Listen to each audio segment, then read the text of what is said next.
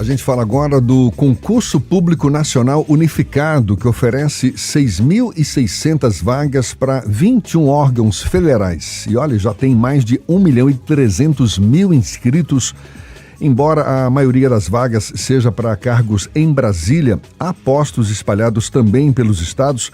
As inscrições vão até o próximo dia 9 de fevereiro, próxima sexta-feira. Na Bahia, 18 cidades vão receber as provas, que serão realizadas no próximo dia 5 de maio. A gente fala mais sobre o assunto e conversa agora com o coordenador geral de logística do Ministério de Gestão e Inovação, responsável pelo concurso, Alexandre Retamal, conosco aqui no Issa Bahia. Muito obrigado por aceitar nosso convite, Alexandre. Bom dia para você.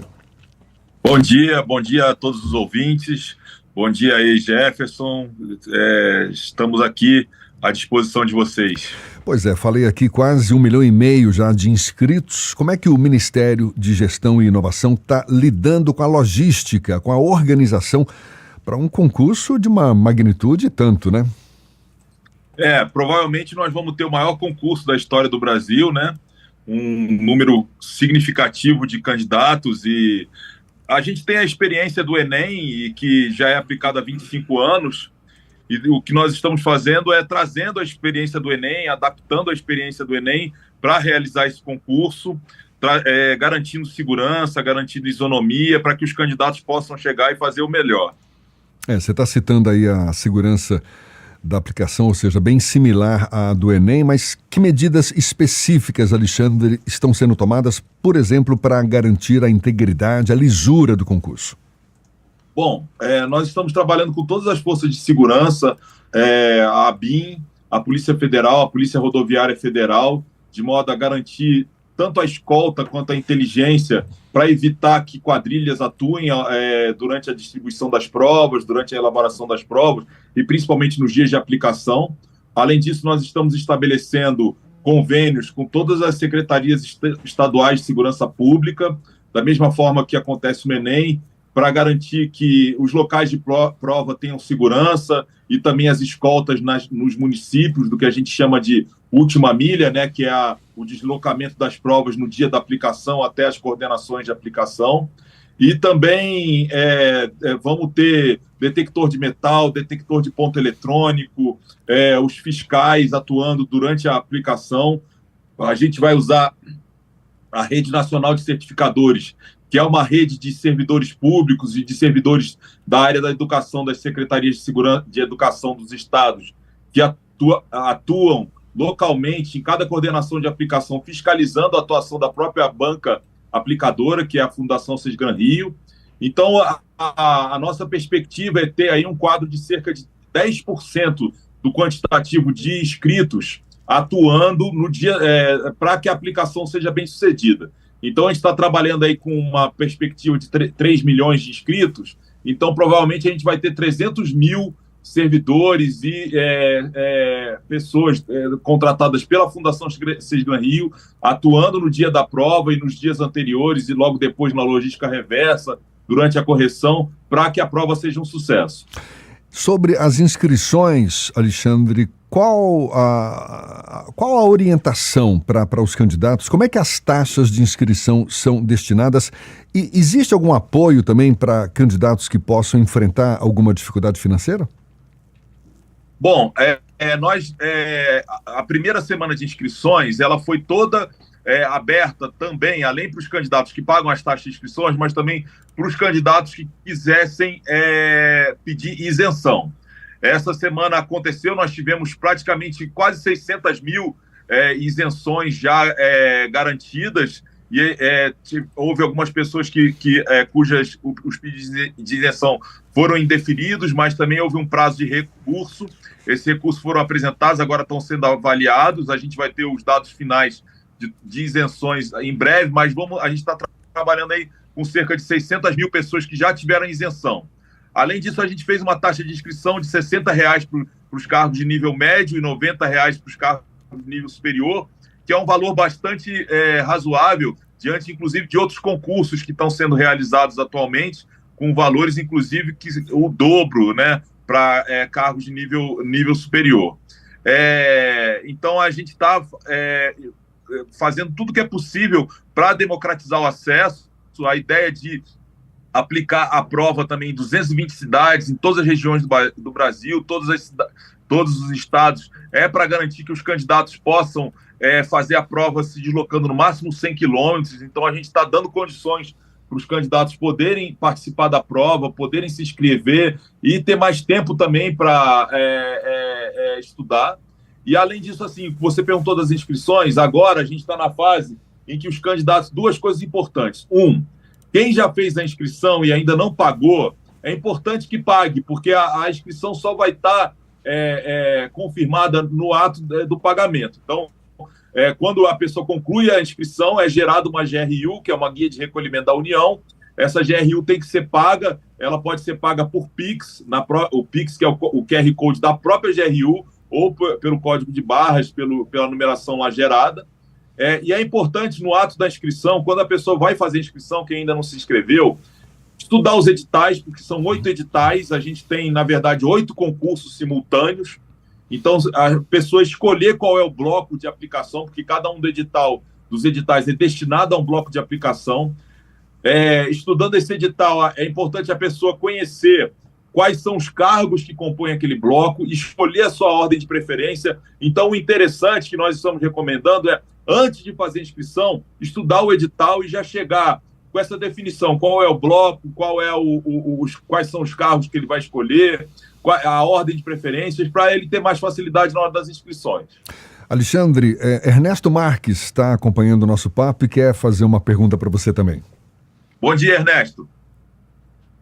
Opa, bom dia, Alexandre. Alexandre, a gente está vendo pela conformação desse concurso, talvez seja um dos maiores já realizados aí pelo governo federal, que o Ministério bebeu um pouquinho da fonte da experiência aí, que a gente pode dizer bem sucedida, do Enem com o SISU, né, nessa possibilidade de integração. Agora, nesse último Enem, você falou que o concurso está estruturado para acontecer em 220 municípios, né, os locais de realização de provas. Nesse último Enem, teve muito problema por conta disso, muitos candidatos, muitos estudantes reclamando da distância dos locais de prova. Com 220 pontos, supondo a abrangência desse concurso, dá para garantir que ninguém tenha que viajar de fato mais de 100 quilômetros? E se isso, por acaso, acontecer, se cria algum embaraço para a realização do concurso? Olha, a gente está trabalhando com a Fundação Sesgran Rio, que é uma fundação que tem uma experiência nesse aspecto, tá? Da logística de aplicação. A Fundação Sesgran Rio trabalhou com o INEP, né, no caso do Enem, durante mais de 20 anos, né, aplicando o Enem.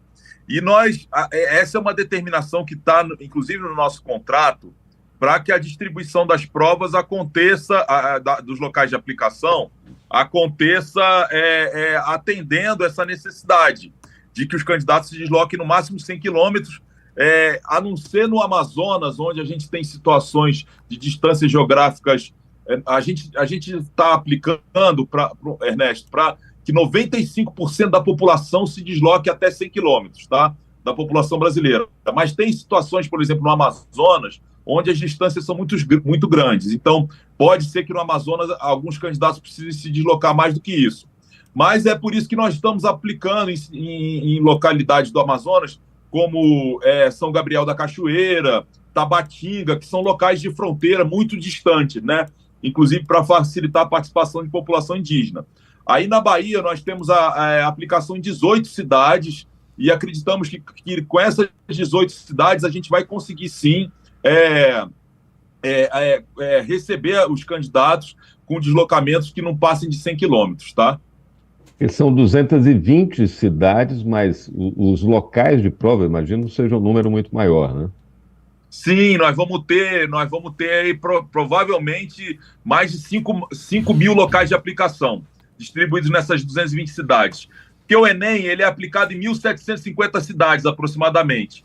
Então, você tem locais de aplicação que, vamos dizer assim, com menos quantitativo de pessoas.